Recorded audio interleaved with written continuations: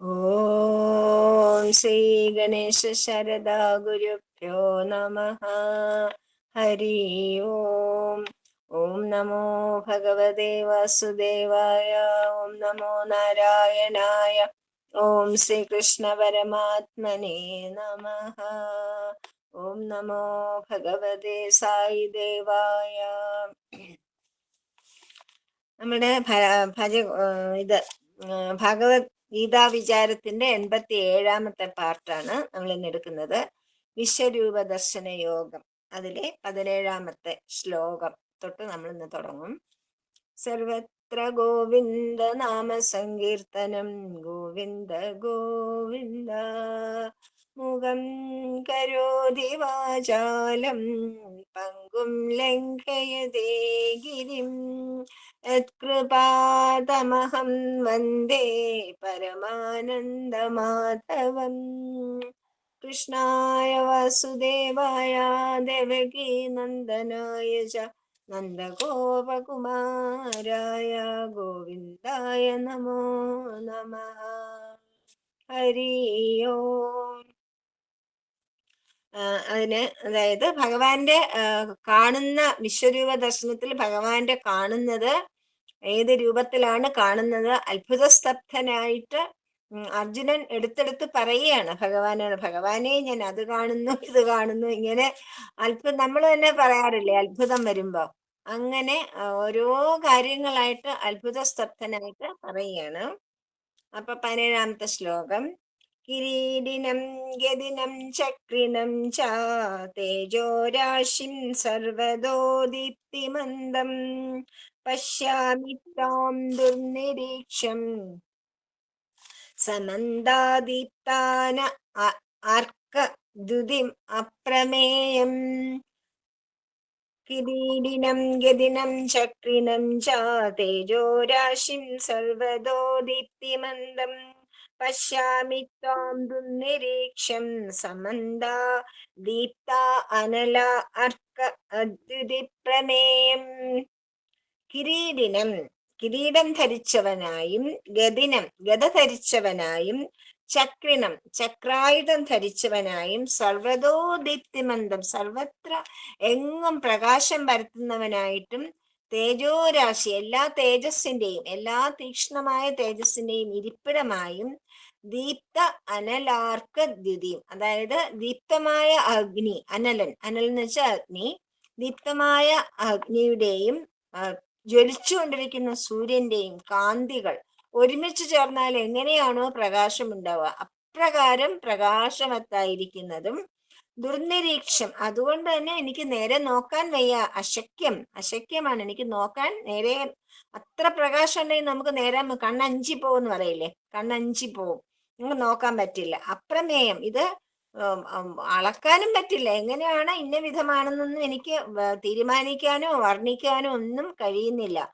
ത്വാം വിശ്വരൂപനായ അങ്ങയെ സമന്താത് പശ്യാമി. ഇങ്ങനെയുള്ള ഈ രൂപത്തെ ഞാൻ നോക്കുന്നിടത്തെല്ലാമാണ് കാണുന്നത്. എല്ലായിടത്തും ഞാൻ അങ്ങയെ തന്നെ ഈ രൂപത്തിൽ കാണുന്നു. അതായത് തേജോമയനായിട്ട് കണ്ണഞ്ചിക്കുന്ന പ്രഭാപുരത്തോടു കൂടി അങ്ങ് വിളങ്ങുന്നതായിട്ട്, എല്ലായിടത്തും വിളങ്ങുന്നതായിട്ട് ഞാൻ കാണുന്നു.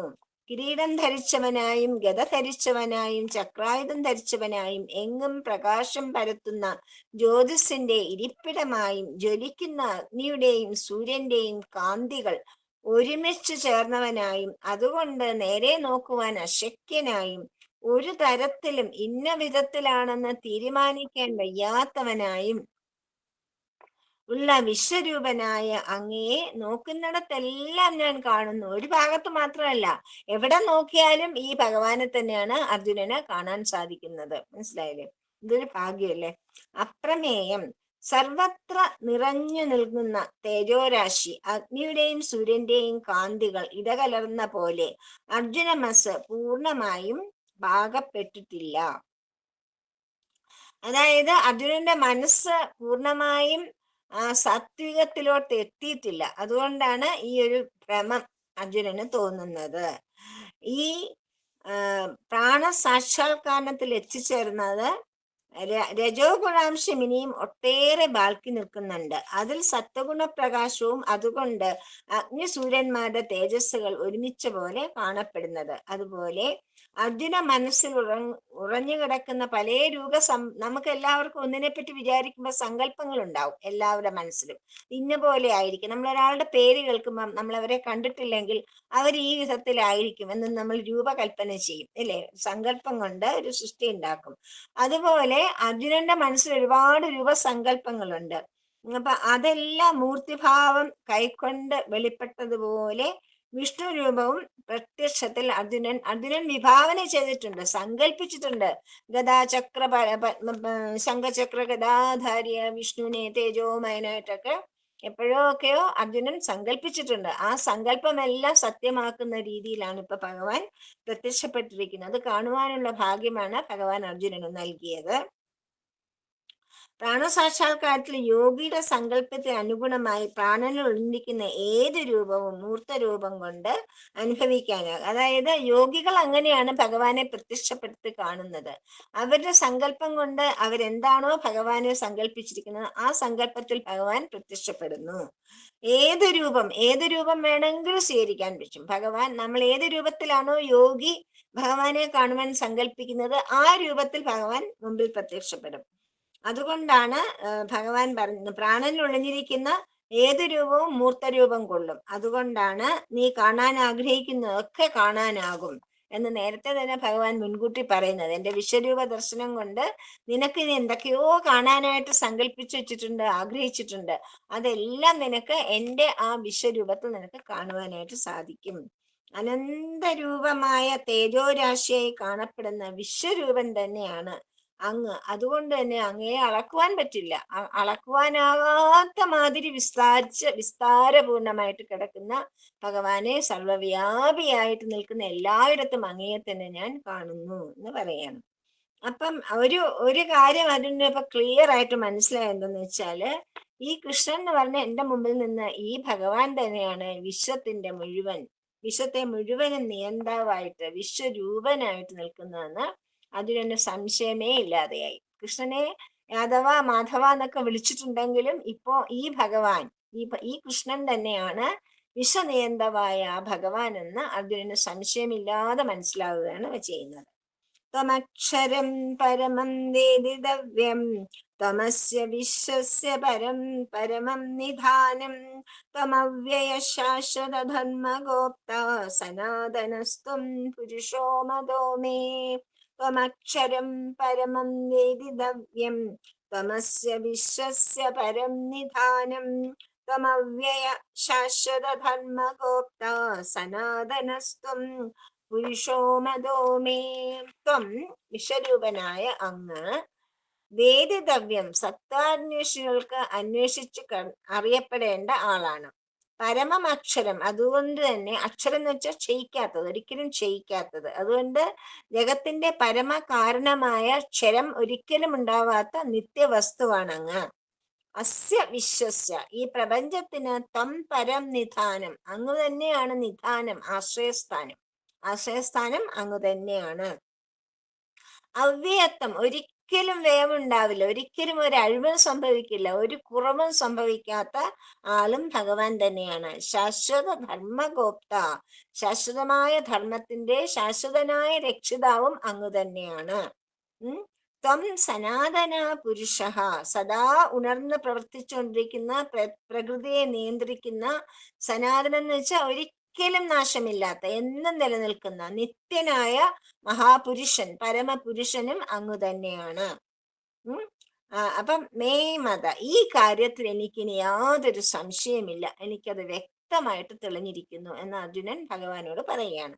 വിശ്വരൂപനായ അങ്ങ് സത്താന്വേഷികളാൽ അറിയപ്പെടേണ്ട ജഗത്തിന്റെ പരമകാരണമായ നിത്യവസ്തുവാണ്. ഈ ഭഗവാനെ അറിയുവാനാണ് എല്ലാ തപസ്സുകളും അനുഷ്ഠിച്ചിട്ടുള്ളതും തപസ്സിലൂടെ എല്ലാവരും നേടിയിട്ടുള്ളതും ഇതേ ഭഗവാനെ തന്നെയാണ്. ഈ പ്രപഞ്ചത്തിന് അങ്ങാണ് അന്തിമമായ ആശ്രയസ്ഥാനം. ഒരിക്കലും ഒരഴിവും സംഭവിക്കാത്ത അങ്ങാണ് ധർമ്മത്തിന്റെ ശാശ്വതമായ രക്ഷിതാവ്. അങ്ങാണ് സദാ ഉണർന്നു വർത്തിച്ചുകൊണ്ട് പ്രകൃതിയെ നിയന്ത്രിക്കുന്ന പുരുഷൻ. ഇക്കാര്യങ്ങൾ എനിക്കിപ്പോൾ വ്യക്തമായും തെളിഞ്ഞിരിക്കുന്നു. പുരുഷോ മതോ മേ. പ്രാണസാക്ഷാത്കാരം അഥവാ വിശ്വരൂപ സാക്ഷാത്കാരം പ്രപഞ്ച സത്യത്തിന്റെ സർവതോമുഖമായ പ്രവർത്തന രഹസ്യം വ്യക്തമാക്കി തരുന്ന ഒന്നാണ്. പ്രപഞ്ച കാര്യങ്ങളൊക്കെ വെറുതെ നാച്ചുറൽ ആണ്, പ്രകൃതിസിദ്ധമാണ്, ഇതൊക്കെ സഹജമല്ലേ എന്ന് പറയും പലരും വാദിക്കാറുണ്ട്. പക്ഷേ പ്രകൃതി എന്ന് പേര് പറയുന്നു എന്നല്ലാതെ അതെന്താണെന്ന് ഇവക്കൂട്ടർക്ക് അറിയില്ല. ഇവിടെ പ്രകൃതി എന്ന് പറയുന്നത് നിയന്ത്രിക്കാൻ സദാ ഉണർന്ന് പ്രവർത്തിക്കുന്ന, സദാ ചേതനനായ, സദാ ഉണർന്നിരിക്കുന്ന ഒരു ചൈതന്യ രൂപൻ അതുണ്ടെന്നാണ് വിശ്വരൂപ ദർശനത്തിലൂടെ അർജുനന് മനസ്സിലായത്. അല്ലാതെ പ്രകൃതിയാണ്, അതൊക്കെ സഹജമാണെന്നൊക്കെയുള്ള വാദപ്രതിവാദങ്ങളൊക്കെ അർജുനൻ തള്ളിക്കളയാണ്. കാരണം അർജുനന് മനസ്സിലായി അതൊക്കെ വെറും വാദമുഖങ്ങൾ മാത്രമാണ്. ശരിക്കും ഭഗവാൻ ഈ വിശ്വതോമുഖനായ പരമപുരുഷൻ തന്നെയാണ് പ്രകൃതിയെ ചൈതന്യവത്താക്കി തീർക്കുന്നത് എന്ന് മനസ്സിലായി. ഈ ചേതനന്റെ അധീനതയിലാണ് സദാ പ്രകൃതി പ്രവർത്തിച്ചു പോരുന്നത്. പ്രകൃതി വശപ്പെട്ട് കിട്ടണമെങ്കിൽ ഈ ചേതനനെ സമീപിച്ചാലേ പറ്റൂ. പ്രകൃതിയുടെ എക്കാലത്തുമുള്ള പൂർണ്ണ നിയന്താവാണ് ഭഗവാൻ തന്നെയാണ് എക്കാലത്തും പ്രകൃതിയെ നിയന്ത്രിക്കുന്നത്. ആ നിയന്ത്രിക്കുന്ന എന്തിലൂടെയാണ്?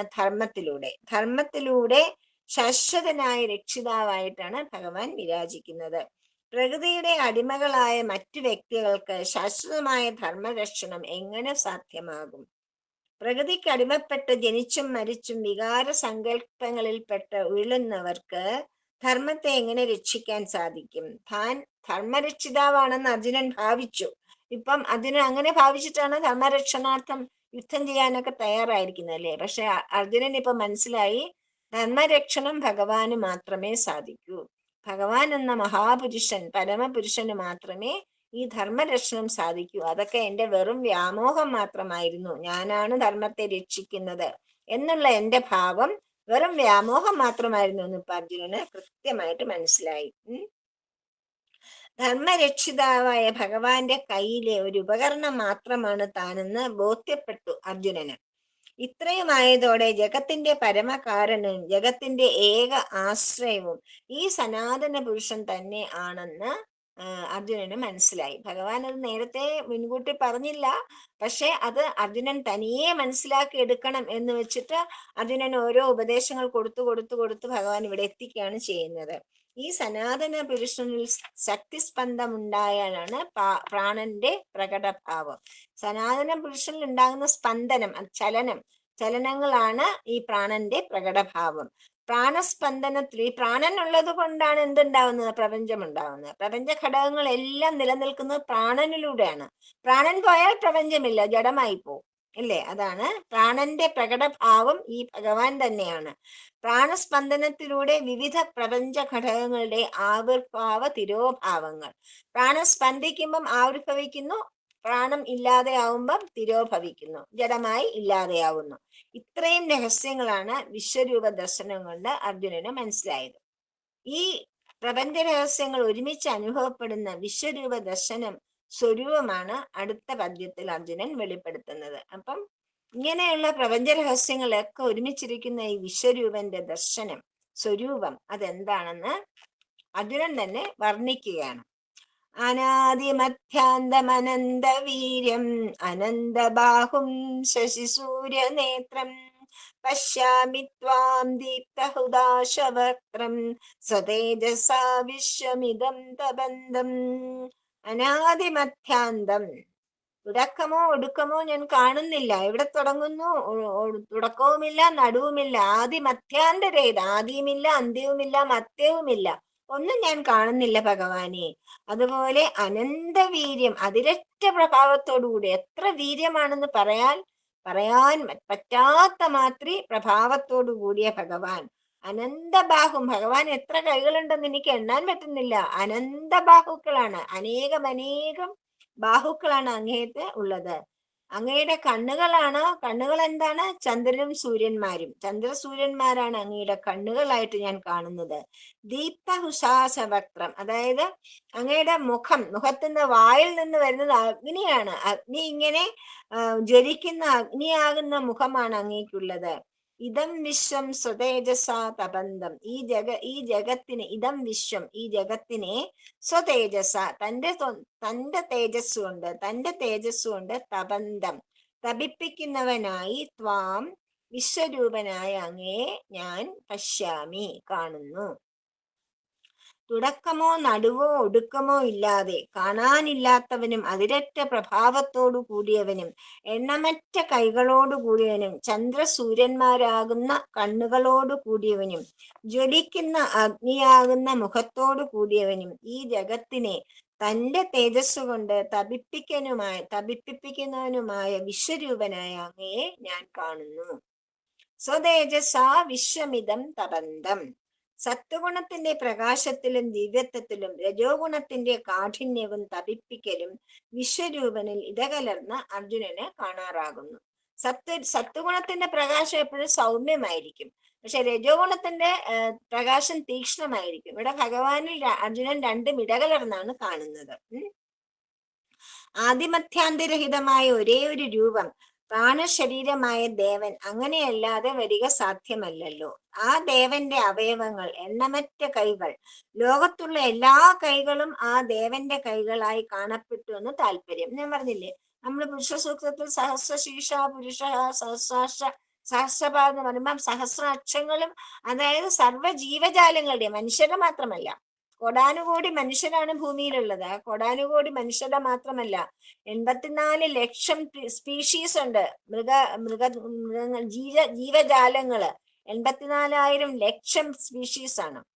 ആ സ്പീഷീസിനെല്ലാം കണ്ണുകളുണ്ട്. ആ കണ്ണുകളൊക്കെ ഭഗവാന്റെയാണ്. മനസ്സിലായില്ലേ? അതാണ് പറയുന്നത്, അതാണ് വിശ്വരൂപം.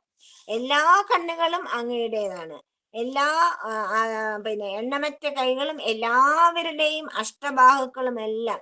അതുകൊണ്ടാണ് ഭഗവാനെയും ദേവിയൊക്കെ വർണ്ണിക്കുമ്പോൾ ചതുർബാഹു, അഷ്ടബാഹു, 10 കൈ, ദശബാഹു, 20 കൈ എന്നൊക്കെ പറഞ്ഞ് നമ്മളെ ദുർഗയുടെ തന്നെ എത്ര രൂപങ്ങളാണ്. നമ്മള് നവദുർഗകൾക്ക് നവരൂപങ്ങളാണ്. നവരൂപങ്ങൾക്ക് എല്ലാവർക്കും, ആർക്കുമില്ല 2 കൈ, എല്ലാവർക്കും 2ഉം 4ഉം 8ഉം 10ഉം 20ഉം കൈകളാണുള്ളത്. എന്തുകൊണ്ടാണ് അതിന്റെ അർത്ഥം? അതായത് ഈ ലോകത്തിൽ എന്തൊക്കെ കൈകളുള്ള എന്തൊക്കെ ജീവനുണ്ട്, ആ കൈകൾ മുഴുവൻ ഭഗവാന്റെയോ അമ്മയുടെയോ കൈകളാണ്. അതാണ്. ചന്ദ്രനും സൂര്യനും വിശ്വരൂപന്റെ കണ്ണുകളായി കാണപ്പെട്ടു. പ്രാണശരീരത്തിലെ 2 കണ്ണുകളല്ലാതെ ഈ ഗോളങ്ങൾ മറ്റെന്താണ്? പ്രാണശരീരം, ഇപ്പൊ നമ്മുടെ ശരീരം തന്നെ എടുത്താൽ അതിൽ ജ്വലിക്കുന്ന 2 കാര്യങ്ങളേ ഉള്ളൂ. ജ്വലിക്കുന്നത് എന്താണ്? നമ്മുടെ കണ്ണുകൾ മാത്രം. നമ്മുടെ കണ്ണുകളാണ് നമ്മുടെ ഉള്ളിലെ പ്രാണശക്തി. നമ്മൾ മരിക്കുമ്പോഴേ എന്താ ആദ്യം ചെയ്യുന്നത്? ആദ്യം നമ്മൾ കണ്ണിലാണ് നോക്കുന്നത്. കണ്ണിൽ നമ്മുടെ നിഴല് വീഴില്ല. മരിച്ച കണ്ണിൽ നിഴല് വീഴില്ല. എൻ്റെ അർത്ഥം ആ തേജസ് പോയി, പ്രാണൻ പോയി എന്നാണ് എൻ്റെ അർത്ഥം. അപ്പൊ നമ്മൾ കണ്ണടയ്ക്കും, കണ്ണ് നമ്മൾ മൂടുന്ന കണ്ടിട്ടില്ലേ ഡെഡ് ബോഡിയിൽ? അതാണ് കാരണം. കണ്ണാണ് തേജോ ഗോളങ്ങൾ. ഭഗവാന്റെ തേജോ ഗോളങ്ങൾ ചന്ദ്രനും സൂര്യനും തന്നെയാണ് ഭഗവാന്റെ കണ്ണുകളായിട്ട് അവിടെ വർത്തിക്കുന്നത്. അപ്പം പ്രാണശരീരത്തിൽ നാക്കുപോലെയുള്ള ജാലകൾ പുറത്തോട്ട് നീക്കി സർവഭക്ഷകനായി വർത്തിക്കുന്ന അഗ്നി വിശ്വരൂപന്റെ മുഖമല്ലാതെ മറ്റെന്താകാനാണ്? എന്തിനേറെ വിശ്വരൂപ തേജസ് ലോകത്തെ മുഴുവൻ തപിപ്പിക്കുന്നതായും അർജുനന് തോന്നി. അർജുന മനസ്സിലെ രജോ ഗുണത്തിന്റെ വ്യാപകമായ എന്തുകൊണ്ടാണ് തപിപ്പിക്കുന്നതായിട്ട് തോന്നിയത് അർജുനന്? നമ്മളുടെ ഭാവം എന്താണോ അതാണ് നമുക്ക് പ്രത്യക്ഷപ്പെടുക. സ്വാമി എപ്പോഴും പറയും, the world is a reflection, reaction and resound of your self. നമ്മൾ എന്താണോ അതിന്റെ റിയാക്ഷനും അതിന്റെ പ്രതിഫലനവുമാണ് നമ്മൾ ലോകത്തിൽ കാണുന്നത്. ലോകത്തില് നമ്മൾ നല്ലവരായിട്ടിരുന്നാൽ നമുക്ക് തിരിച്ചും നല്ലവരായിട്ട്, എല്ലാം നല്ലവരായിട്ട് തോന്നും. ഒരു കഥയുണ്ടല്ലോ, ദുര്യോധനും ധർമ്മപുത്രരും കൂടെ ഒരു പ്രാവശ്യം ഭഗവാന്റെ അടുത്തുനിന്ന് ഭഗവാൻ നിങ്ങൾ ഒരു കാര്യം ചെയ്യും, ദുര്യോധനൻ ഈ ലോകത്ത് ഇവിടെയുള്ള നമ്മുടെ രാജ്യത്തൊന്ന് നടക്കുക, രണ്ടുപേരും നടന്നിട്ട് കുറച്ച് മോശപ്പെട്ട ആൾക്കാരെയൊക്കെ പിടിച്ചിട്ട് വരൂ, നല്ലവരൊക്കെ ഉണ്ടോ എന്നൊക്കെ നോക്കിയിട്ട് വരുമെന്ന് പറഞ്ഞയച്ചു. ദുര്യോധനൻ പോയിട്ട് പെട്ടെന്ന് തിരിച്ചു വന്നിട്ട് പറഞ്ഞു, എന്റെ ഭഗവാനെ, നല്ലവരായിട്ട് ഒരാള് പോലും ഈ ദേശത്തില്ല, മഹാ കഷ്ടം തന്നെയാണ് എന്ന് പറഞ്ഞു. ഇയാള് വരാൻ ഒരുപാട് താമസിക്കുന്നു. ധർമ്മപുത്ര വരാൻ കാത്തിരുന്ന് കുറേ നേരം കഴിഞ്ഞപ്പോ തളർന്ന അവശനായിട്ട് വന്നു. എന്ത് പറ്റി ഇത്ര തളർച്ച എന്നാണ്? എന്റെ ഭഗവാനെ, ഞാനിനി നോക്കാനൊരു സ്ഥലമില്ല, എവിടെ നോക്കിയാലും എല്ലാവരും എത്ര ശ്രേഷ്ഠരായ ആൾക്കാരാണ്. അതുകൊണ്ടിട്ട് എനിക്ക് അന്വേഷിച്ച് അന്വേഷിച്ച് നടന്നിട്ട് മോശപ്പെട്ട ഒരാളെ കണ്ടുകിട്ടണ്ടേ. ഒരാളെ പോലും എനിക്ക് കണ്ടുകിട്ടാൻ പറ്റിയില്ല. അതുകൊണ്ടാണ് ഇത്ര ക്ഷീണം എന്ന് പറഞ്ഞു. കാണാൻ പറ്റിയില്ല, നടന്ന് നടന്ന് നടന്ന് ക്ഷീണിച്ചു പോയിന്ന്. അപ്പൊ ഭഗവാൻ പിന്നെ ദുര്യോധനോട് പറഞ്ഞു, കണ്ടോ എന്തുകൊണ്ടാണ് ധർമ്മപുത്രരോട് ഞാനൊരു പ്രത്യേകത കാണിക്കുന്നതെന്ന് നീ ചോദിച്ചില്ലേ? ഇതാണ് കാരണം. കാരണം നിനക്ക് നിന്നിലുള്ളിൽ എന്തായിരുന്നു അതിന്റെ പ്രതിഫലനമാണ് നീ എല്ലാവരിലും കണ്ടത്. അപ്പൊ എന്താണ് അതിന്റെ അർത്ഥം എന്താണ്? അതുപോലെ ധർമ്മപുത്രക്ക് ഒരാളെ പോലും മോശമായിട്ട് കാണാൻ പറ്റിയില്ല. കാരണം ധർമ്മപുത്രരിൽ മോശമായിട്ട് ഒന്നുമില്ല. അപ്പം മോശമുണ്ടെങ്കിലല്ലേ അത് കണ്ണാടിയിൽ പ്രതിഫലിക്കൂ. ലോകം ഒരു കണ്ണാടിയാണ്, പ്രതിഫലനം. അപ്പൊ നമ്മളൊക്കെ ഓരോരുത്തരും നമ്മുടെ ജീവിതത്തിൽ എന്നും എപ്പോഴും നമുക്ക് ഓർമ്മിക്കാം, നമ്മൾ ചെയ്തതിന്റെ അത് തന്നെയാണ് നമുക്ക് തിരിച്ചു വരുന്നത്. അതിന്റെ തന്നെ ഡൂമറാങ് അടിച്ചു വരുന്നതാണ്. അപ്പൊ നമുക്ക് ഒരു സങ്കടവും വേണ്ട, നമ്മൾ തന്നെ വരുത്തി വെക്കുന്നതാണ് എല്ലാം. മനസ്സിലായില്ലേ? അപ്പോ രജോ ഗുണമാണ് അർജുനന് കൂടുതലായിട്ടുള്ളത്. അവൻ ക്ഷത്രിയനാണ്, ഇപ്പം യുദ്ധത്തിന് തയ്യാറായി നിൽക്കുന്നതാണ്. രജോ ഗുണ പ്രഭാവം കൊണ്ടാണ് അർജുനൻ അങ്ങനെ ഒരു സ്വഭാവമുള്ളത്. അപ്പം ആ രജോ ഗുണമുള്ളപ്പോ തപിപ്പിക്കും, എല്ലാത്തിനും തീക്ഷ്ണതയാണ്, എല്ലാ സ്വാദും തീക്ഷ്ണമായ സ്വാദുകൾ, എരിവ്, പുളി, കയ്പ്, എല്ലാം തീക്ഷ്ണമായ സ്വാദുകളാണ് രജോ ഗുണക്കാർക്ക് ഇഷ്ടം. സാത്വികരായവർക്ക് അങ്ങനെ ഒന്നും ഇഷ്ടപ്പെടില്ല. അവർക്ക് പാലും തൈരും മോരും ഫ്രൂട്ട്സ് ഒക്കെ കഴിച്ച സന്തോഷം. നേരെ മറിച്ച് രജോ ഗുണ പ്രഭാവമുള്ളവർക്ക് അതൊന്നും വരാം. അല്ലെ എരിവും പുളിയും ഒക്കെ വേണം അവർക്ക്. മനസ്സിലായില്ലേ?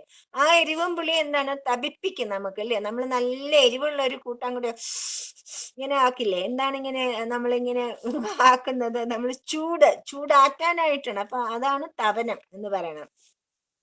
രജോ ഗുണത്തിന്റെ പ്രഭാവം കൊണ്ടാണ് ഭഗവാന്റെ വിശ്വരൂപത്തില് അർജുനന് തപിപ്പിക്കുന്നതായിട്ട് തോന്നുന്നത്. രജോ ഗുണ പ്രതിഫലനത്തിന് ശക്തി കൂടുന്നു. ഉഗ്രമായ വിശ്വരൂപം ലോകത്രയത്തെ പരിഭ്രാന്തമാക്കിയിരിക്കുന്നതാണ് അർജുനൻ തുടർന്ന് പ്രസ്താവിക്കുന്നത്. അപ്പം അർജുനൻ മാത്രമേ ഇത് കാണുന്നുള്ളൂ. പക്ഷെ കാണുന്ന അർജുനൻ ഇതൊക്കെ മറന്നു പോവുകയാണ്. എന്നിട്ട് പറയാണ്, ഭഗവാന്റെ ഉഗ്രമായ വിശ്വരൂപം ലോകത്രയത്തെ തന്നെ പരിഭ്രാന്തരാക്കുന്നു, പിന്നെ അത്രയ്ക്ക് തീക്ഷ്ണമാകുന്നു എന്ന് പറയുകയാണ്. കാരണം എന്താണ്? അർജുനന്റെ രജോ ഗുണം. ദ്രാവാപ്യധീവോരിതമന്തരം ഹി വ്യാപ്തം ത്വയ്യേകേന ദിശശ്ച സർവാഃ ദൃഷ്ടാദ്ഭുതം രൂപമുഗ്രം തദേവം ലോകത്രയം പ്രവിദിതം മഹാത്മൻ. അല്ലയോ സത്വഗുണപ്രാണനായ ഭഗവാൻ, ദ്യാവാ പൃഥ്വിയോ, ആകാശവും ഭൂമിയും എല്ലായിടവും അന്തരമില്ലാതെ എല്ലാ ഭാഗത്തും ത്വയാ ഏകേന, അങ്ങൊരുവനാൽ, വ്യാപ്തം ഹി, നിറയ്ക്കപ്പെട്ടിരിക്കുന്നു. അതായത് സർവ്വതും അങ്ങ് സർവവ്യാപിയാണ്. സർവവ്യാപിയാണെന്ന് എനിക്ക് മനസ്സിലായി. സർവദിശാച, എല്ലാ ദിക്കുകളും അങ്ങയാൽ നിറയ്ക്കപ്പെട്ടിരിക്കുന്നു. തവ, വിശ്വരൂപനായ അങ്ങയുടെ ഉഗ്രം, അത്ഭുതം, ഭയാനകവും ആശ്ചര്യപൂർണമായ ഈ രൂപം ദൃഷ്ട, ഈ രൂപം കണ്ടിട്ട് ലോകത്രയം, 3 ലോകങ്ങളും പരിഭ്രാന്തമായിരിക്കുന്നു. അതാണ് പ്രവൃത്തിതം. പ്രവൃത്തിതം എന്ന് വെച്ചാൽ പരിഭ്രാന്തരായിരിക്കുന്നു. സത്വപ്രാണരൂപിയായ അല്ലയോ ഭഗവാൻ, ആകാശത്തിന്റെയും ഭൂമിയുടെയും ഇടഭാഗം മുഴുവനും അങ്ങൊരുവനാൽ നിറയ്ക്കപ്പെട്ടിരിക്കുന്നതായി തന്നെ കാണുന്നു. എല്ലാ ദിക്കുകളും അങ്ങയാൽ നിറയ്ക്കപ്പെട്ടിരിക്കുന്നു. വിശ്വരൂപനായ അങ്ങയുടെ ഭയാനകവും ആശ്ചര്യപൂർണവുമായ ഈ രൂപം കണ്ടിട്ട് ത്രിലോകങ്ങളും പരിഭ്രാന്തരായിരിക്കുന്നു എന്ന് അർജുനൻ പറയുകയാണ് ഭഗവാനോട്. ലോകത്രയം പ്രബുദ്ധം മഹാത്മൻ. അല്ലയോ മഹാത്മൻ എന്ന സംബോധന എന്താണ്? ശാസ്ത്രദൃഷ്ടിയോടുകൂടിയാണ്, നല്ല എല്ലാം ബോധത്തോടുകൂടി പറയുകയാണ്. സാത്വിക പ്രാണനാണ് മഹാനായ ആത്മാവ്. പിന്നെ അതായത് ആകാശത്തിനും ഭൂമിക്കും ഇടയ്ക്കുള്ള അന്തരീക്ഷവും എല്ലാ ദിക്കുകളും വിശ്വരൂപനാൽ നിറഞ്ഞിരിക്കുക. ആകാശത്തിന് അന്തമില്ല. ആകാശം എത്ര എത്ര എത്ര ആകാശത്തിന് അന്തമില്ല, അതൊരു സ്പേസ് അല്ലേ. അപ്പൊ ആകാശത്തിനും ഭൂമിക്കും ഇടയ്ക്കുള്ള സ്ഥലം മുഴുവനും ഭഗവാനാൽ നിറയ്ക്കപ്പെട്ടിരിക്കുന്നു. താഴേക്ക് മുകളിലേക്ക് 4 വശത്തേക്ക് നോക്കിയാലും വിശ്വരൂപനെ മാത്രമേ കാണുവാൻ കഴിയുന്നുള്ളൂ എന്ന് താല്പര്യം. സദാ ചലിച്ച് ഇളകിക്കൊണ്ടിരിക്കുന്ന പ്രാണരൂപത്തിൽ പറ്റി നിൽക്കുന്നതായി കാണപ്പെടുന്ന പ്രപഞ്ച ഘടകങ്ങളെല്ലാം ചലിച്ച് ഇളകിക്കൊണ്ടിരിക്കുന്നതായി തോന്നുമെന്നും പറയേണ്ടതില്ല. ഈ ഭഗവാനിൽ തന്നെ വർത്തിക്കുന്ന പ്രാണസ്വരൂപനായ ഭഗവാനിൽ വർത്തിക്കുന്ന പ്രപഞ്ച ഘടകങ്ങളെല്ലാം ചലിക്കുന്നതായിട്ട് നമുക്ക് തോന്നും. നമ്മളൊക്കെ സംസാരിക്കുന്നു, കളിക്കുന്നു, ചിരിക്കുന്നു, നടക്കുന്നു, ഇരിക്കുന്നു, എല്ലാം ചെയ്യുന്നത് എന്തുകൊണ്ടാണ്? പ്രാണനിൽ ഭഗവാന്റെ പ്രാണരൂപത്തിലുള്ള സ്പന്ദനം കൊണ്ടാണ് ഇതൊക്കെ നടക്കുന്നത്. ലോകം ചലിക്കുന്നത്, പ്രപഞ്ചം ചലിക്കുന്നത് ഭഗവാന്റെ സ്പന്ദനം കൊണ്ടാണ്. മനസ്സിലായില്ലേ? അപ്പം വിശ്വരൂപനെ കണ്ട് എല്ലാവരും പരിഭ്രാന്തരായിരിക്കുന്നു എന്നേ തോന്നുള്ളൂ. വിശ്വരൂപന്റെ ഉഗ്രതയും ആശ്ചര്യപൂർണതയും ഉണ്ടാക്കുന്നതും കുറെയൊക്കെ സർവ്വവ്യാപിയായ ഈ ചലിച്ചിളകുകൾ കൊണ്ടാണ്. അപ്പൊ അങ്ങനെ എപ്പോഴും ഇങ്ങനെ ഇളകിക്കൊണ്ടിരിക്കുന്ന ഒന്ന് കണ്ടാൽ നമുക്ക് പരിഭ്രമം തോന്നുമല്ലോ, അല്ലെ? അതാണ് പറയുന്നത്. ഈ പരിഭ്രാന്തിയും ചലിച്ച് ഇളകുന്നതിന്റെയും സ്വരൂപം ഒന്നും കൂടി വിശദമായിട്ട് അർജുനൻ പറയുകയാണ് അടുത്ത പദ്യത്തില്. അമീഹി ത്വാം സുരസംഘാ വിശന്തി കേചിത് ഭീതാ പ്രാജ്ഞലയോ ഗൃണന്തി സ്വസ്തിക്തുക്താ മഹർഷി സിദ്ധി സംഘാഃ സുവന്ദിത്താം സുധിഭിഃ പുഷ്കലാഭിഃ. അമീഹി സുരസംഘ, അമി ത്വാം, അമി സുരസംഘ, ഇതാ ഈ ദേവസംഘങ്ങൾ, ദേവന്മാർ, ത്വാം വിശന്തിഹി, അങ്ങയുടെ ഉള്ളിലേക്ക് കടന്നു മറയുന്ന. അപ്പൊ അർജുനൻ എന്താ കാണുന്നത്? ഭഗവാന്റെ ഉള്ളിലേക്ക് ദേവന്മാര് മുഴുവനും വന്ന് മറയുന്നു, വന്ന് കടന്നു മറയുന്നതായിട്ട് കാണുന്നു. ചിലരോ ഭീതാ പ്രാജ്ഞയാ ഗിണന്തി, അങ്ങനെ ആ അകത്തേക്ക് കയറി പോകുമ്പോ ചിലര് ഭയം കൊണ്ട് വിറച്ച് കൈകൂപ്പി അങ്ങയെ സ്തുതിക്കുന്നതും.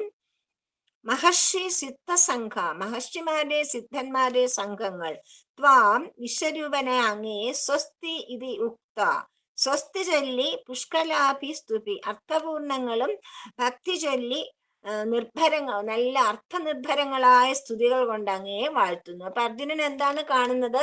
ഭഗവാന്റെ ആ വിശ്വരൂപത്തിൽ, എല്ലായിടത്തും വ്യാപിച്ചു നിൽക്കുന്ന വിശ്വരൂപത്തിലേക്ക് ദേവസംഘങ്ങൾ എല്ലാവരും, കുറെ പേരൊക്കെ വിറച്ചുകൊണ്ടാണ്, പേടിച്ച് വിറച്ചുകൊണ്ട് ഭഗവാനിലേക്ക് തന്നെ അന്തർധാനം ചെയ്യുന്നതായിട്ട് കാണുന്നു. അതുപോലെ മുനിമാരും സിദ്ധന്മാരും അവർക്കൊക്കെ പേടിയൊന്നുമില്ല. അവര് സ്വസ്തി, ഭഗവാനോട് സ്വസ്തി ചൊല്ലിക്കൊണ്ട് നാനാവിധത്തിലുള്ള നല്ല നല്ല സ്തോത്രങ്ങളാൽ അങ്ങയെ സ്തുതിച്ചുകൊണ്ട് പിന്നെ അങ്ങയിൽ തന്നെ വാഴ്ത്തിക്കൊണ്ട് അങ്ങയിൽ തന്നെ ഞാൻ കാണുന്നു. പ്രാജ്ഞലയോ ഗ്രന്ഥി, പരിഭ്രാന്തരായ, അതായത് അർജുനൻ നോക്കുമ്പോ അർജുനന് പരിഭ്രമമായി തുടങ്ങി. പരിഭ്രാന്തമായ ഒരുപാട് സംഗതികളാണ് അർജുനൻ ഇപ്പൊ കാണുന്നത്. അർജുനൻ വിശ്വരൂപത്തിൽ പരിഭ്രാന്തങ്ങളായ ഒരുപാട് തരം ദൃശ്യങ്ങളാണ് കാണുന്നത്. ചിലരിൽ ഭക്തി കൊണ്ടുള്ള പരിഭ്രമം, മറ്റു ചിലരിൽ ആ വിരാട രൂപം കണ്ടതിലുള്ള ഭയം, ആ ഭയം കൊണ്ടുള്ള പരിഭ്രമം. അവരെല്ലാം എന്ത് ചെയ്യുന്നു? ചിലർക്ക് ആ ഭഗവാനെ കണ്ട്, ആ വിശ്വരൂപം കണ്ടതിലുള്ള സാർത്ഥകമായ അവരുടെ തപസ്സിന്റെ പിന്നെ ഫലസിദ്ധി കൊണ്ടുണ്ടായ സന്തോഷം, അതുകൊണ്ട് സ്വസ്തി ചൊല്ലി പ്രാർത്ഥിച്ചുകൊണ്ട് കുറെ സംഘങ്ങൾ നിൽക്കുന്നു. അങ്ങനെ പലതരത്തിലുള്ള ആൾക്കാർ പലതരത്തിലാണ് നിൽക്കുന്നത്. 3 ലോകവും അങ്ങനെ പരിഭ്രമിച്ച് പ്രബന്ധിതമാണെന്ന് പറഞ്ഞ അതുകൊണ്ടാണ്. 3 ലോകവും ഇങ്ങനെ പരിഭ്രാന്തരായിരിക്കുന്നു എന്ന് അർജുനന് തോന്നുന്നത് ഇതുകൊണ്ടാണ്. എല്ലാവരും, ലോകം മുഴുവനും അത്ഭുത സ്തബ്ധരായിട്ട് നോക്കി നിൽക്കുന്നതായിട്ടാണ് അർജുനന് ഇവിടെ വെളിപ്പെടുന്നത്. രുദ്രാദിത്യ വസവോ ഏജസാധ്യാഃ വിശ്വാസിനോ മരുതശ്ചോഷ്മഭാശ്ച ഗന്ധർവ യക്ഷാസുരസിദ്ധ സംഘ വീക്ഷണേ ത്വാം വിസ്മിതാശ്ചൈ സർവ. അർജുനൻ വിസ്തരിച്ച് പറയുകയാണ്. രുദ്രാദിത്യ, രുദ്രന്മാരാണ് 11 രുദ്രന്മാരും 12 ആദിത്യന്മാരും. വസവ, എല്ലാ 8 വസുക്കളും. ഏജസാധ, ഒരുപാട് സാധ്യന്മാരും. വിശ്വന്മാരും. അശ്വിനോ, അശ്വിനി ദേവന്മാരും മരുത്തുക്കളും. ഉഷ്മഭാജ, പിതൃക്കളും. ഗന്ധർവ യക്ഷ സുരസിദ്ധ സംഘ, ഗന്ധർവന്മാർ, യക്ഷന്മാർ, അസുരന്മാർ, സിദ്ധന്മാർ എന്നിവരുടെ കൂട്ടങ്ങളും. സർവേജ ഏവ, എല്ലാവരും തന്നെ. വിസ്മിത, അത്ഭുത സ്തബ്ധരായി. താം വീക്ഷന്തേ, വിശ്വരൂപനായ അങ്ങയെ ആകാംക്ഷയോടെ നോക്കി നിൽക്കുന്നു. വിശ്വരൂപ ദർശനം എപ്പോഴും സ്വാമി കാണിക്കാറില്ലല്ലോ. സ്വാമി ഭഗവാന്റെ വിശ്വരൂപ ദർശനം എപ്പോഴും ലഭിക്കുന്നതല്ലല്ലോ. ഇപ്പൊ ലഭിച്ചു. അപ്പൊ അത് കാണാനിടയായ ഇവരെല്ലാം ദേവന്മാർ, മനുഷ്യരല്ല, എല്ലാ ദേവന്മാരുടെ പല പല സംഘങ്ങൾ, മഹാമഹർഷിമാരുടെയും മഹാമനീഷികളുടെയും മഹായോഗികളുടെയും സംഘങ്ങൾ, അവരൊക്കെ ഈ അത്ഭുതകരമായ ദൃശ്യം കണ്ടിട്ട് അത്ഭുത സ്തബ്ധരായിട്ട് പരിഭ്രാന്തിയോടെ അങ്ങയെ തന്നെ ആകാംക്ഷയോടെ എന്താണ് കാണുന്നത്, ഇതെന്താണ് നമ്മൾ കാണുന്നത് എന്നുള്ള ഒരു ആകാംക്ഷയോടുകൂടി അങ്ങയെ തന്നെ നോക്കിക്കൊണ്ട് നിൽക്കുന്നു. അത് ഞാൻ കാണുന്നു. അർജുനൻ കാണുന്ന കാഴ്ച ഭഗവാനോട് പറയാണ്. മനസ്സിലായില്ലേ? വിസ്മിതാശ്ചൈവ സർവേ, എന്തുണ്ട് എന്നുള്ളത് മാത്രമല്ല, ഏത് ദൃഷ്ടിയോടെ നോക്കുന്നു എന്നുള്ളതും കാഴ്ചയിൽ പ്രധാനമായ ഒരു അംശമാണെന്ന് നാം ധരിച്ചു. സത്യത്തെ സമീപിക്കുന്നവരുടെ കാഴ്ചയും ഒരു ഘട്ടം മാത്രമാണ് വിശ്വരൂപ ദർശനം അഥവാ പ്രാണ സാക്ഷാത്കാരം. ഈ ഘട്ടത്തിൽ എത്താതിരിക്കുകയോ ഇത് കടന്നു പോവുകയോ ചെയ്യുന്ന ആൾക്ക് ഈ ദർശനങ്ങളൊന്നും ഉണ്ടായിരിക്കില്ല. ഈ ഭീതിതമായ ദർശനമൊന്നും സാത്വികനായ ഒരു മഹായോഗിക്കുണ്ടാവില്ല. ഈ പരിഭ്രമങ്ങളൊന്നും അവർക്കുണ്ടാവില്ല. അല്ലാതെ നമ്മള് പിന്നെ യോഗ, ഇപ്പൊ കർമ്മയോഗം അല്ല, പിന്നെ ഓരോ യോഗനിഷ്ഠകളില്ലേ, ഇപ്പം ഹഠയോഗമൊക്കെ ചെയ്യുന്നവർക്ക് ഒരുപാട് തരത്തിലുള്ള പിന്നെ ഇതുണ്ടാവും അത്രേ, വീക്ഷണങ്ങൾ കിട്ടും അത്രേ, ഒരുപാട് തരത്തിലുള്ള ദൃശ്യങ്ങൾ അവർക്ക് പ്രത്യക്ഷപ്പെടും. ചിലതൊന്നും അവർക്ക് സഹിക്കാൻ പറ്റില്ല, ചിലതൊന്നും അവർക്ക് ഉൾക്കൊള്ളാൻ പറ്റില്ല. ഒക്കെ പ്രാണനിൽ ഉണ്ടാവുന്ന ഭാവങ്ങളാണ്, രൂപഭേദങ്ങളാണ്. പക്ഷെ എല്ലാവർക്കും അത് സഹിക്കാൻ പറ്റില്ല. അതുകൊണ്ടാണ് ഹഠയോഗം ഹഠയോഗം ചെയ്താൽ ഭ്രാന്ത് പിടിക്കുന്ന പറയണത്. ഹഠയോഗം ചെയ്യാൻ, കുണ്ടലിനി ശക്തി ഉയർത്താനൊന്നും സാധാരണക്കാരെ ആൾക്കാർ ഒരിക്കലും ശ്രമിക്കാൻ പാടില്ല. അതൊക്കെ ലക്ഷക്കണക്കിന് ആൾക്കാരിൽ ഒരാൾക്ക് മാത്രം സാധിക്കുന്നതാണ്. അത് ആ ഗുരുവിന്റെ സാന്നിധ്യത്തിൽ, അങ്ങനെ ശ്രേഷ്ഠനായ ഹഠയോഗിയായ ഒരു ഗുരുവിന്റെ സാന്നിധ്യത്തിൽ നിമിഷം പ്രതി അദ്ദേഹത്തിന്റെ വാക്കുകൾ കേട്ടുകൊണ്ടും അദ്ദേഹത്തെ ആരാധിച്ചുകൊണ്ടും അദ്ദേഹത്തെ അനുസരിച്ചുകൊണ്ടും ഇരിക്കുന്ന ഒരാൾക്ക് മാത്രമേ ഹഠയോഗം ചെയ്യാൻ പാടുള്ളൂ. ഹഠയോഗം അവിടെ ഇവിടെയൊക്കെ കണ്ട് ചെയ്യുന്നത്, ഇപ്പൊ യൂട്യൂബിലൊക്കെ കണ്ട് ഹഠയോഗം ചെയ്യാൻ പോയാൽ ഭ്രാന്ത് പിടിക്കും, അത്ര തന്നെ. നമുക്ക് പുട്ടപ്പർത്തി തന്നെ എൻ്റെ ഒരു ഫ്രണ്ട് ഉണ്ട്. ആ ഫ്രണ്ടിന്റെ അനിയൻ ഭയങ്കര സായി ഡിവോട്ടിയാണ്. ഭഗവാൻ പറഞ്ഞൊന്നും കേൾക്കാതെ പോയിട്ട് ഹഠയോഗം പ്രാക്ടീസ് ചെയ്യാൻ തുടങ്ങി. അവസാനം പ്രാന്തിന്റെ വക്കത്തിലിപ്പോ ഭഗവാൻ പിടിച്ച് രക്ഷിച്ചു. അവരോടുള്ള ഭക്തി, അവർക്ക് അത്രയും ഭക്തി ഉള്ളത് കൊണ്ട് രക്ഷിച്ചു. അങ്ങനെ ഭ്രാന്തന്മാരെ പോലുള്ള എത്ര പേരുണ്ടെന്ന് നമുക്ക് അങ്ങനെ അറിയാൻ പറ്റും. അതുകൊണ്ട് ഇങ്ങനെയുള്ള കർമ്മങ്ങളൊക്കെ ചെയ്യുമ്പം ഇതുപോലെയുള്ള അത്ഭുതങ്ങളായ ദർശനങ്ങൾ കിട്ടും നമുക്ക്. അത് നമുക്ക് താങ്ങാൻ പറ്റില്ല, ചിലപ്പോൾ എല്ലാവർക്കും ഇത് താങ്ങാൻ പറ്റില്ല. അതിനുള്ള പരിപാകത നമ്മുടെ മനസ്സിനും ബുദ്ധിക്കും ഒക്കെ ഉണ്ടാവണം, എന്നാൽ മാത്രമേ അത് താങ്ങാൻ പറ്റുള്ളൂ. അതുകൊണ്ടാണ് ഗുരുവിന്റെ സാന്നിധ്യത്തിൽ ചെയ്യണമെന്ന് പറയണം. മനസ്സിലായില്ലേ? അപ്പോ ഈ ഘട്ടത്തിൽ പിന്നെ അർജുനന് തന്നെ ഇത് നേർക്കാഴ്ചയില്ലായിരുന്നു. അല്പം കഴിഞ്ഞ് ഈ കാഴ്ച ഇല്ലാതാവുകയും ചെയ്യും. കുറച്ചു നേരത്തേക്കാണ് വിശ്വരൂപ ദർശനം ഭഗവാൻ കാണിക്കുന്നത്. വിശ്വരൂപ ദർശനം തന്നെ കാണുന്ന ആളിന്റെ ചിത്തത്തിലെ ഗുണങ്ങളുടെ അനുപാതമനുസരിച്ച് കാഴ്ചയുടെ രൂപഭാവങ്ങൾ ഒട്ടൊക്കെ മാറിയും മറിഞ്ഞും വരാം. അതായത് ഇപ്പം വിശ്വരൂപ ദർശനം കാണുമ്പോൾ അർജുനനും കാണുന്നു, ദുര്യോധനും കാണുന്നു എന്നിരിക്കട്ടെ. ദുര്യോധനിൽ അത് എന്ത് ചാഞ്ചല്യമാണ് ഉണ്ടാക്കുക? ദുര്യോധന്റെ മനസ്സിലെ ആ ദുഷ്ടത അതുകൊണ്ടിട്ട് ഭയങ്കര ഭീതിതമാവും ദുര്യോധനം. അർജുനന് രജോ ഗുണമാണ് കൂടുതലുള്ളത്. എന്നാൽ തന്നെ അർജുനൻ പേടിക്കുകയാണ്. മനസ്സിലായില്ലേ? പേടിച്ചു പോകുന്നു. അപ്പം അവനവന്റെ മനസ്സിലെ ഗുണങ്ങൾക്കനുസരിച്ചിട്ടാണ് നമ്മുടെ നമുക്ക് സാധാരണ ജീവിതത്തിൽ തന്നെ അങ്ങനെയല്ലേ? ഒരേ വസ്തുവിനെ തന്നെ പലര് കാണുമ്പോ പലതരത്തിലല്ലേ കാണുന്നത്? അതെന്താണ് അങ്ങനെ? ഒരേ വസ്തു തന്നെ നമ്മൾ കാണുന്നു. പലർക്കും പല അഭിപ്രായങ്ങൾ എന്തുകൊണ്ടാണ് ഉണ്ടാവുന്നത്? കാഴ്ചപ്പാട്, അല്ലെ?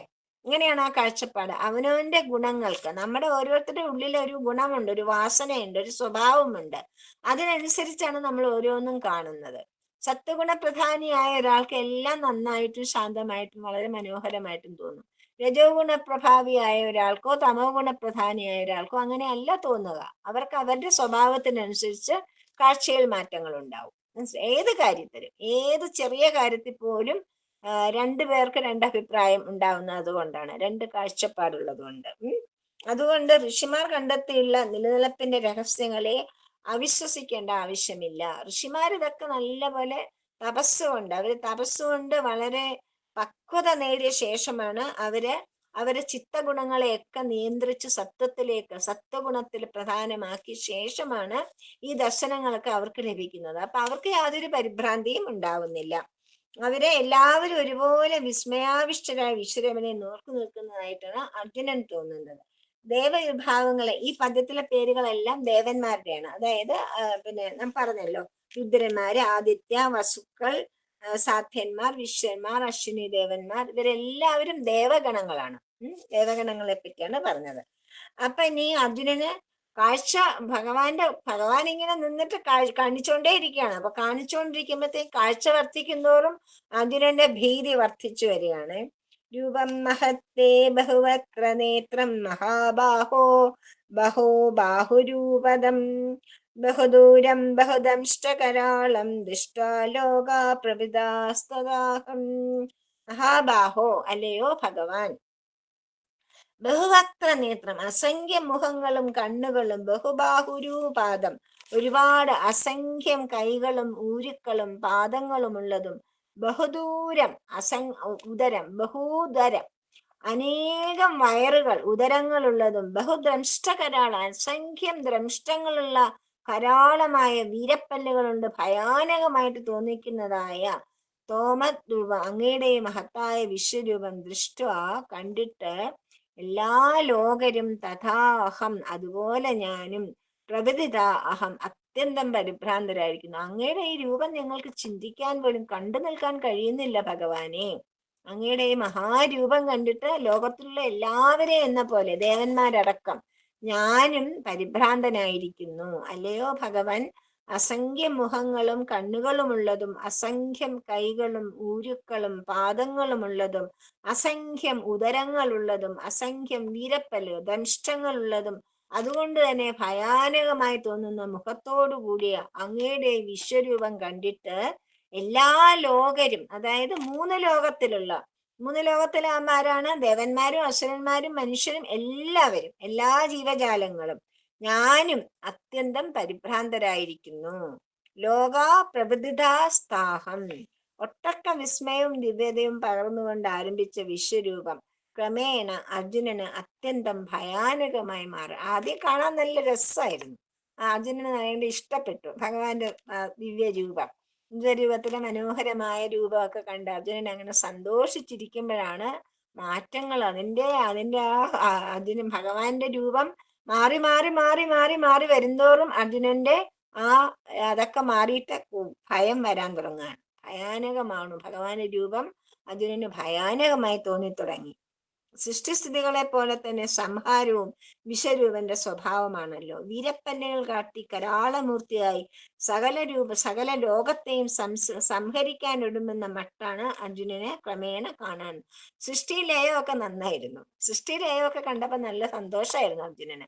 അത് കഴിഞ്ഞ് പതുക്കെ ലയത്തിലോട്ട്, സൃഷ്ടിസ്ഥിതിയൊക്കെ നന്നായിരുന്നു, ലയം സംഹാരത്തിലേക്ക് വന്നപ്പം സംഹരിക്കുമ്പം ശാന്തസ്വരൂപം പറ്റില്ലല്ലോ. അപ്പം നരസിംഹമൂർത്തിയെ പോലെ അപ്പം ദ്രംഷ്ടങ്ങളൊക്കെ വരും, നല്ല ഭീകര രൂപമാവും ഇല്ലേ. അത് കണ്ടപ്പോഴത്തേക്കും ലോകസംഹാരത്തിന്റെ പൂർണ്ണമായ ഉത്തരവാദിത്വവും വിശ്വരൂപനായ ഭഗവാന് മാത്രമാണെന്ന് അർജുനന് മനസ്സിലാവുന്നു. അർജുനനും മറ്റും വെറും ഉപകരണങ്ങൾ. സംഹാരാരംഭത്തിൽ സകലരും പരിഭ്രാന്തരാകുമെന്ന് പറയേണ്ടതില്ലല്ലോ. സംഹാര രഹസ്യം അറിയായികയാണ് ഈ പരിഭ്രമത്തിന് കാരണം. സംഹാരത്തിന്റെ രഹസ്യം അറിയാത്തതുകൊണ്ടാണ് നമുക്ക് ഭഗവാൻ ഒന്നും സംഹരിക്കുന്നില്ല, എല്ലാം തന്നിലേക്ക് ആവാഹിച്ച് തന്നിലടക്കുകയാണ് ഭഗവാൻ ചെയ്യുന്നത്. അപ്പൊ നമുക്ക് മനസ്സിലാവാത്തതുകൊണ്ട് ഈ രൂപമൊക്കെ കാണുമ്പോൾ എല്ലാവർക്കും ഭയങ്കരമായ ഭയം തോന്നുന്നു. നഭസ്പൃശ്യം ദീപ്തമനേകവർണം വ്യാത്താനനം ദീപ്തവിശാലനേത്രം ദൃഷ്ടാഹി ത്വാം പ്രവിദിതാന്തരാത്മാ ധൃതിം ന വിന്ദാമി ശമം ച വിഷ്ണോ. നഭസ്പൃശ്യം ദീപ്തമനേകവർണം, വിഷ്ണു എന്ന് വെച്ചാൽ അർത്ഥം എന്താണ്? സർവവ്യാപി എന്നാണ്. അപ്പൊ വിഷ്ണു എന്ന് വിളിക്കുന്നത് സർവവ്യാപിയായ അല്ലയോ ഭഗവാൻ. നഭസ്പൃശ്യം, അതായത് ആകാശം മുട്ടി വളർന്നിരിക്കുന്നു. ആകാശത്തിന് അന്തമുണ്ടോ? മുകളിലോട്ട് നോക്കിയാ നമ്മൾ മുകളിലോട്ട് പോകുന്തോറും ആകാശം മുകളിലോട്ട് പോണതാണ്. അപ്പൊ ആകാശത്തിന് അന്തമില്ല. അപ്പം ഭഗവാന്റെ രൂപത്തിന് അന്തമില്ല. അന്തമില്ലാത്ത മാതിരി ആകാശം മുട്ടി വളർന്നു നിൽക്കുന്നവനും തേജസ് കൊണ്ട് ജ്വലിച്ചു കൊണ്ടിരിക്കുന്നതും ദീപ്തം, അനേക വർണ്ണം, ഒരുപാട് നിറങ്ങൾ ഇലകറന്നിട്ടാണ്. മനസ്സിലായില്ലേ? വ്യത്താനനം, തുറന്നിരിക്കുന്ന വായോട് കൂടിയവനും ദീപ്തവിശാലനേത്രം, ജ്വലിക്കുന്ന വിശാലമായ നേത്രങ്ങളോട് കൂടിയവനും ആയ ത്വാം ദൃഷ്ടാഹി, അങ്ങേ കണ്ടിട്ട് തന്നെ പ്രവിതാന്തരാത്മ, ഹൃദയം വല്ലാതെ പരിഭ്രാന്തം, വിറച്ചു പോകുന്നു, ഹൃദയം എനിക്ക് വിറച്ചു പോകുന്നു എന്ന് പറയണം. ധൃതിയും ധൈര്യമൊക്കെ കൈക്കൊള്ളാൻ എനിക്ക് പറ്റുന്നില്ല, എനിക്ക് ഒട്ടും ധൈര്യം തോന്നുന്ന ശമഞ്ച, സമാധാനവും ഉണ്ടാവുന്നില്ല. ആകാശം മുട്ടി വളർന്നു നിൽക്കുന്നവനും തേജസ് കൊണ്ട് ജ്വലിച്ചു നിൽക്കുന്നവനും പല നിറങ്ങൾ ഇടകലർന്ന് കാണപ്പെടുന്നവനും തുറന്നിരിക്കുന്ന വായോട് കൂടിയവനും. ആ വായിന്ന് എന്താണ് വരുന്നത്? അഗ്നി ഇങ്ങനെ വന്നുകൊണ്ടിരിക്കുകയാണ് വായിന്ന്. മനസ്സിലായില്ലേ? ഇടകലർന്ന് കണ്ണുകളാണെങ്കിലോ എന്ത് ദീപ്തം, സൂര്യനെ പോലെ ദീപ്തം എന്ന് പറഞ്ഞാൽ എത്ര ദീപ്തമായിരിക്കും. അങ്ങനെയുള്ള ജ്വലിക്കുന്ന വിശാലമായ കണ്ണുകളോടുകൂടി അങ്ങയെ കണ്ടിട്ട് എൻ്റെ ഹൃദയം വല്ലാതെ പരിഭ്രമമായി. എനിക്ക് ഭയങ്കരമായിട്ട് പരിഭ്രമം തോന്നുന്നു. എനിക്ക് ധൈര്യം വരുന്നില്ല, സമാധാനവും ഒട്ടും ഉണ്ടാവുന്നില്ല. അങ്ങയെ കണ്ടിട്ട് എനിക്ക് സന്തോഷവും സമാധാനവും ഒന്നുമല്ല, എനിക്ക് പരിഭ്രാന്തിയും ഭയവുമാണ് ഉണ്ടാവുന്നത്. ധിരിന്ന വിന്ദാമി ശമഞ്ച വിഷ്ണു. അല്ലയോ ഭഗവാനെ, അതായത് പാകപ്പെടാത്ത ഹൃദയത്തിന് എന്തെങ്കിലും കാണിച്ചു കൊടുത്താല് അത് കണ്ടുകൊണ്ടിരിക്കുവാൻ പറ്റില്ല. അതുകൊണ്ടാണ് ശ്രീരാമകൃഷ്ണദേവൻ പിന്നെ വിവേകാനന്ദ സ്വാമി നരേന്ദ്രനായിട്ട് ചെറിയ പയ്യനായിട്ട് ഭഗവാനെ കാണാൻ പോയപ്പം ഒരു സ്പർശം കൊണ്ട് കാണിച്ചു കൊടുത്തു കൈവല്യ രൂപം. പക്ഷെ വിവേകാനന്ദൻ ഉൾക്കൊള്ളാനായില്ല. മതി മതി മതി, എനിക്ക് മതി മതി എന്ന് പറഞ്ഞ് കരയായിരുന്നു. അപ്പം ഭഗവാൻ വീണ്ടും തിരിച്ചു സ്വബോധത്തിലേക്ക് കൊണ്ടുവരികയാണ്. അതാണ് പാകമാവാതെ നമ്മൾ എന്തെങ്കിലും കണ്ടാല് നമുക്കത് ഉൾക്കൊള്ളാൻ പറ്റില്ല. പാകമാകാതെ നമുക്കത് ഉൾക്കൊള്ളാൻ പറ്റില്ല. പാകപ്പെടാത്ത ഹൃദയത്തിന്റെ വിശ്വരൂപ ദർശനം അധിക നേരം താങ്ങാൻ സാധ്യമല്ല. ദേശം എന്ന പോലെ കാലവും അവിടെ അത്യന്തം ചുരുങ്ങുന്നു. അത് നിമിത്തം സൃഷ്ടിസ്ഥിതി സംഹാരങ്ങളൊക്കെ ഏതാണ്ട് ഒരുമിച്ച് നടക്കുന്നു. അതുപോലെ കാരണം അവിടെ ഒരുപാട് കാലം സൃഷ്ടി, പിന്നെ ഒരുപാട് കാലം സ്ഥിതി, പിന്നെ ലയം എന്നുള്ളതല്ല, സംഹാരമല്ല നടക്കുന്നത്. ഒരേ സമയത്ത് തന്നെ സൃഷ്ടി സ്ഥിതിയും സംഹാരവും എല്ലാം നടക്കുന്നതായിട്ട് കാണുന്നു. അപ്പോൾ തന്നെ നിലനിൽപ്പും പെട്ടെന്ന് അവസാനിച്ചു പോകുമോ, ഞാനും ഇപ്പൊ തീരുവോ എന്നുള്ള ഭയം തോന്നും. സ്വന്തം വ്യക്തിത്വം കൈവിടാനുള്ള ഭയമാണ് ഭയം. അതുകൊണ്ടാണ് അർജുനൻ ധൈര്യമില്ല, സമാധാനമില്ല എന്നൊക്കെ നിലവിളിക്കാനായിട്ട് തുടങ്ങിയിരിക്കുന്നത്. അർജുനന്റെ പരിഭ്രമം അതിന്റെ പരമകാഷ്ഠയിലെത്തുകയാണ്. ദംഷ്ടാകരാളാനി മുഖാനി ദിഷ്ടൈവ കാലാനലസന്നിഭാനി ദിശോ ന ജാനേന ലഭേജ ശർമ്മ പ്രസീദ ദേവേശ ജഗന്നിവാസ. അയ്യോ ദേവേശ, സകല ദേവന്മാരുടെയും ദേവനായ ഭഗവാനെ, വിശ്വരൂപാനായ അങ്ങയുടെ ദംഷ്ടാകരാളാനി, ഈ ദംഷ്ടങ്ങൾ വീരപ്പല്ലുകൾ നിറഞ്ഞു നിൽക്കുന്ന ഭയാനകങ്ങളും കാലാനല കാലാനലനെ പോലെ, അനലൻ എന്ന് വെച്ചാൽ അഗ്നി, കാലാനലൻ അതായത് കാലനെ ലോകത്തെ മുഴുവൻ ഭക്ഷിക്കുവാൻ ഒരുങ്ങുന്ന കാട്ടുതീ, വലിയ തീ പോലെ, അഗ്നി പോലെ, പ്രളയാഗ്നി പോലെ, പ്രളയ കാലാഗ്നി പോലെ തേജോമയങ്ങളായ മുഖങ്ങൾ. എത്ര മുഖങ്ങളാണ്, മുഴുവൻ ഇങ്ങനെ അഗ്നി കൊണ്ട് ജ്വലിച്ചു കൊണ്ടിരിക്കുകയാണ്. മനസ്സിലായില്ലേ? എങ്ങനത്തെ അഗ്നിയാണ്? പ്രളയാഗ്നി, എല്ലാം ഇല്ലായ്മ ചെയ്യുന്ന അഗ്നി, എല്ലാത്തിനെയും ധ്വംസിക്കുന്ന അഗ്നി. ദിക്കുകളൊന്നും ദിശ്വന ജാനി, എനിക്ക് ദിക്കുകളൊന്നും തിരിച്ചറിയാൻ കഴിയാവുന്നില്ല. ശർമ്മ ന ലഭേ, യാതൊരു സ്വസ്ഥയും എനിക്ക് തോന്നുന്നില്ല. ജഗന്നിവാസ, ജഗത്ത് മുഴുവൻ വ്യാപിച്ചു നിൽക്കുന്ന അല്ലയോ ഭഗവാനെ, എന്നിൽ പ്രസീത, എന്നിൽ പ്രസന്നനായി ഭവിച്ചാലും. കണ്ടു മതിയായി, അർജുനന് മതിയായി. എന്റെ ഭഗവാനെ, ഇതൊന്നും കണ്ടിട്ട് എനിക്ക് സഹിക്കാൻ പറ്റുന്നില്ല. എനിക്ക് ഭയങ്കരമായ സകല ദേവന്മാരുടെയും പ്രഭുവായ അല്ലയോ ഭഗവാൻ, അങ്ങയുടെ വീരപ്പല്ലുകൾ, അതായത് ദ്രംഷ്ടങ്ങൾ നിറഞ്ഞ മുഖവും ഭയാനകമായ മുഖങ്ങളും ലോകത്തെ മുഴുവൻ ഭക്ഷിക്കുവാൻ ജ്വലിച്ചേരുന്ന തീജ്വാലകളും കണ്ടതുകൊണ്ട് തന്നെ ദിക്കുകളൊന്നും എനിക്ക് അതിഭ്രമമായി പോയി. അർജുനന് എവിടെ നിൽക്കുന്നു എന്താണെന്നല്ല, ആകപ്പാടെ തല തിരിഞ്ഞു പോയി അർജുനന്. മനസ്സിലായില്ലേ? യാതൊരു സ്വസ്ഥതയും തോന്നുന്നില്ല, എനിക്ക് ഒന്നും മനസ്സിലാകുന്നില്ല, ഒരു ദിക്ക് പോലും എനിക്ക് മനസ്സിലാകുന്നില്ല. ജഗത്ത് മുഴുവൻ വ്യാപിച്ചു നിൽക്കുന്ന അല്ലയോ ജഗന്നിവാസ, അങ്ങ് എന്നിൽ പ്രസന്നനായി ഭവിച്ചാലും എന്ന് പറയുക. പ്രസീത ദേവേശ, ഈ കാഴ്ച, അതായത് പ്രസീത ദേവേശ എനിക്ക് മതിയായി എന്ന് പറയാണ്. എനിക്ക് മതിയായി ഭഗവാനെ, ഈ കാഴ്ച പിൻവലിക്കണേ, ഈ കാഴ്ച അവസാനിപ്പിക്കണേ എന്നാണ് അർജുനന്റെ പ്രാർത്ഥന. അതല്ലെങ്കിൽ താൻ ഉൾപ്പെടെ എല്ലാം നഷ്ടമായി പോകുമെന്നാണ് അർജുനന് തോന്നുന്നത്. അഹോ, വ്യക്തിത്വം നിലനിർത്തുവാനുള്ള അതായത് മരിച്ചു പോകുമെന്നുള്ള ഭയം, അതായത് ഇല്ലാതെ ആയി പോകുന്നുള്ള ഭയം. അപ്പൊ നമുക്ക് ഓരോരുത്തർക്കും ഈ മരണഭയം, അതായത് നമുക്ക് നമ്മുടെ വ്യക്തിത്വത്തെ ഉപേക്ഷിക്കാൻ നമുക്ക് ഇഷ്ടമല്ല. ആർക്കും മരിക്കാൻ ഇഷ്ടമല്ല. മരിക്കാൻ ഇഷ്ടമാണെന്ന് പറഞ്ഞാൽ ആരുണ്ട് ലോകത്ത്? വ്യക്തിത്വം ഒരു എത്ര അവശനാണെങ്കിലും, എത്ര വയ്യായിക ഉണ്ടെങ്കിലും, എഴഞ്ഞു നീങ്ങി എല്ലാവരെയും ആശ്രയിച്ച് ചവിട്ടും തുപ്പമായിട്ട് കിടന്നാലും മരിക്കാൻ വയ്യാർക്കും, മരിക്കാൻ ഇഷ്ടമില്ല. മനസ്സിലായില്ലേ? അപ്പൊ ആ ജീവൻ നിർത്തുവാനുള്ള വെമ്പലാണ് ഒരു പ്രാണിയുടെ പ്രധാന ലക്ഷണം. ലോകം മുഴുവൻ പല രീതിയിൽ വിശ്വരൂപന്റെ മുഖങ്ങളിൽ വന്നടിയുന്നതായി താൻ കാണുന്നു എന്നാണ്. അപ്പൊ അടുത്ത ശ്ലോകത്തിലെയും ഇത് എനിക്ക് എന്റെ ഭഗവാനെ എനിക്ക് മതിയായി, എന്നിൽ പ്രസന്നനാവണേ എന്ന് പറഞ്ഞു. അപ്പൊ അടുത്തത് എന്താണ്? വീരപ്പല്ലുകളാണ് ഇതുവരെ കണ്ടുള്ളൂ. ഭയങ്കരമായി ജ്വലിക്കുന്ന കണ്ണുകൾ കണ്ടു. വായിൽ കൂടെ അഗ്നി വർഷിക്കുന്നു. അഗ്നി ഇപ്പൊ എല്ലാം തിന്നുകളയുമോ, എല്ലാം കത്തിച്ചു കളയുമോ എന്നുള്ള ഭയം തോന്നി. അപ്പൊ ഇനിയിപ്പൊ എന്താ കാണാൻ പോണത്?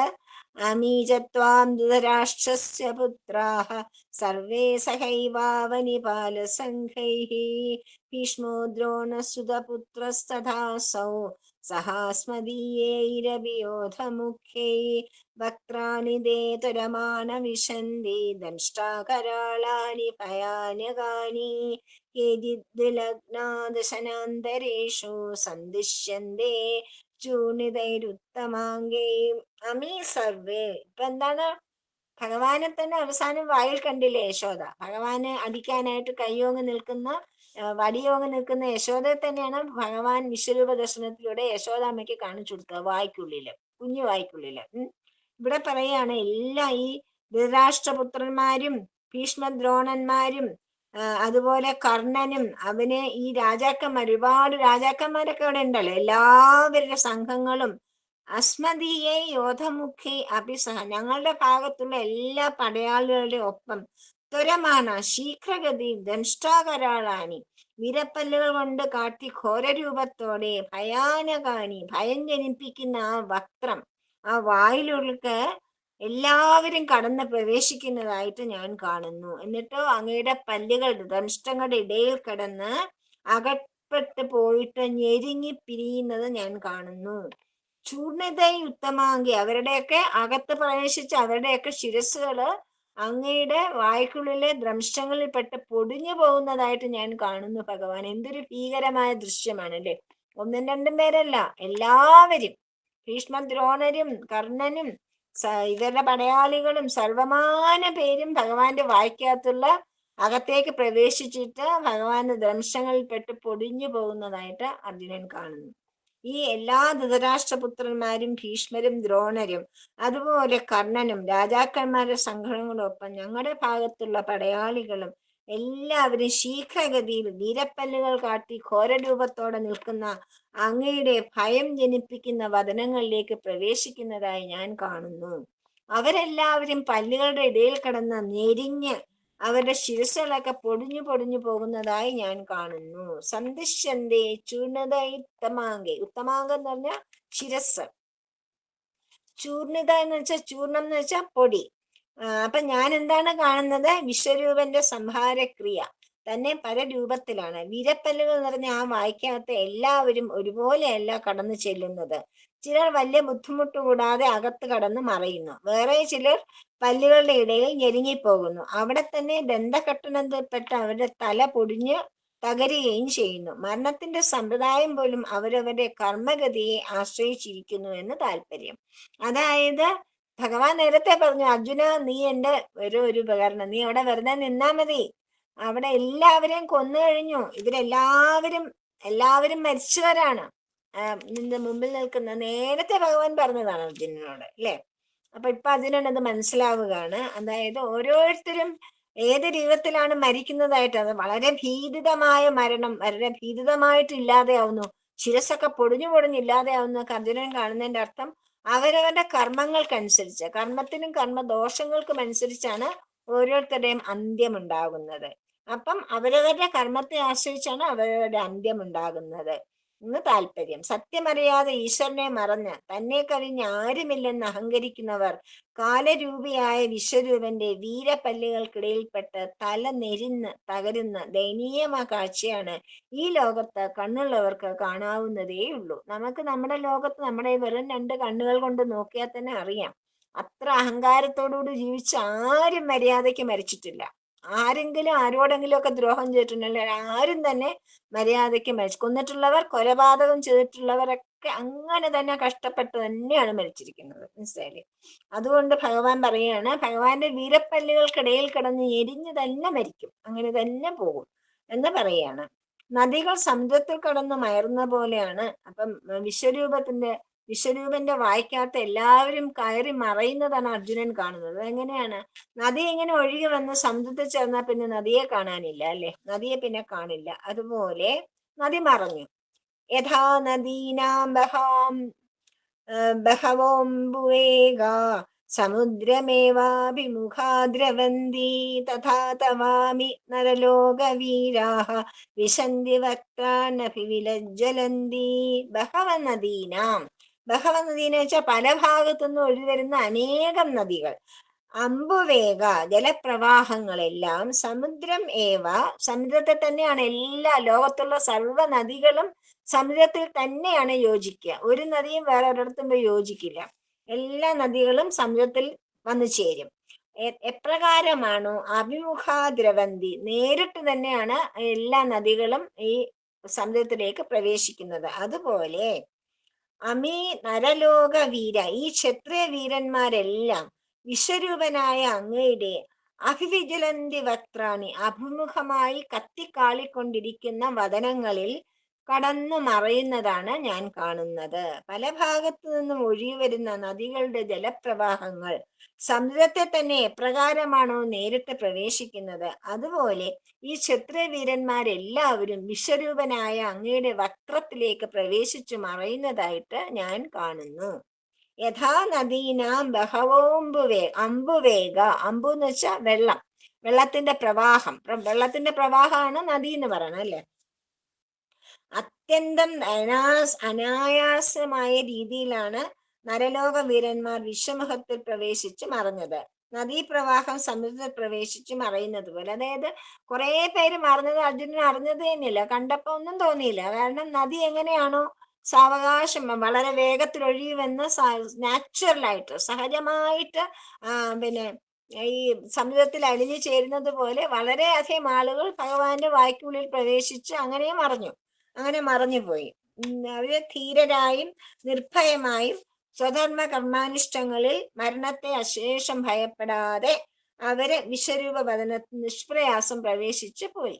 അതായത് എല്ലാവരും ഭഗവാനിൽ തന്നെയാണ് ലയിച്ചു ചേരുന്നത്. എങ്ങനെ ലയിച്ചു ചേരുന്നു എന്നുള്ളത് നമ്മുടെ കയ്യിലിരിപ്പ് പോലെ. നമ്മുടെ കർമ്മങ്ങൾ നല്ലതാണെങ്കിൽ നമ്മൾ ഭഗവാനിൽ മര്യാദയ്ക്ക് ലയിച്ചു ചേരും, ഒരു ഭയവുമില്ലാതെ ഭീതിയുമില്ലാതെ. ദുഷ്ടന്മാരാണെങ്കിൽ ആ ദുഷ്ടതയ്ക്കനുസരിച്ച് ഭഗവാന്റെ വക്രങ്ങളിൽപ്പെട്ട് ധർമ്മിഷ്ടങ്ങളിൽപ്പെട്ട് ഞെരിഞ്ഞും, അതായത് സർവ്വവില കഷ്ടമാന എല്ലാ തരത്തിലുള്ള കഷ്ടപ്പാടുകൾ അനുഭവിച്ച് മരണത്തെ വരിക്കും. എന്നാണ് നദിക്ക് സമുദ്രപ്രവേശം ഒരു അനുഗ്രഹമായിരിക്കുന്നത് പോലെ വിശ്വരൂപ മഹപ്രവേശം ഈ നല്ലവരായ എല്ലാവർക്കും ഒരു അനുഗ്രഹമാണ്. ഭഗവാന്റെ വായ്ക്കുള്ളിൽ പ്രവേശിക്കുക എന്നുള്ളത് സമുദ്രത്തിൽ നദി എന്ന പോലെ നദിക്ക് ലഭിക്കുന്ന അനുഗ്രഹം പോലെ തന്നെയാണ്. അവർക്ക് ഈ പ്രവേശം ഉയർച്ചയ്ക്ക് കാരണമായി ഭവിക്കുന്നു.